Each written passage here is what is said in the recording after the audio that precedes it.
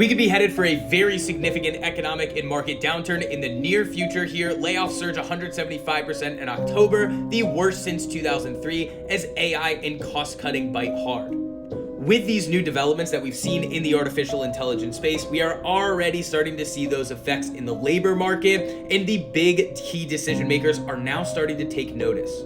Jerome Powell and the Federal Reserve have recently come out and said the economy may be on firmer footing, but the job market is weak. Now, as a part of the Fed's dual mandate, they are looking to accomplish price stability, again, managing inflation, and then achieving maximum employment. But the toolbox that the Federal Reserve has to deploy is actually the worst tool set for this issue, and here's why. This is actually going to act in furtherance of this already existing issue.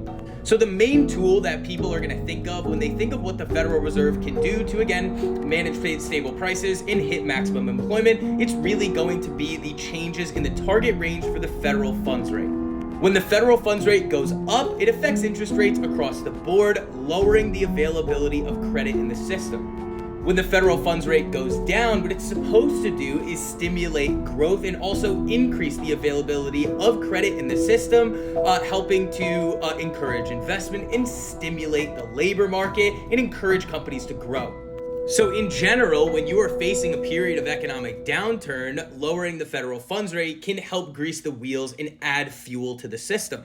But in this environment, if you increase the availability of credit across the board and start to stimulate even more investment, a lot of that money is going to continue flowing into these artificial intelligence companies. And if these technological advancements start to happen at an even more rapid pace, well, those layoffs that we're seeing right now are just going to keep getting worse and worse.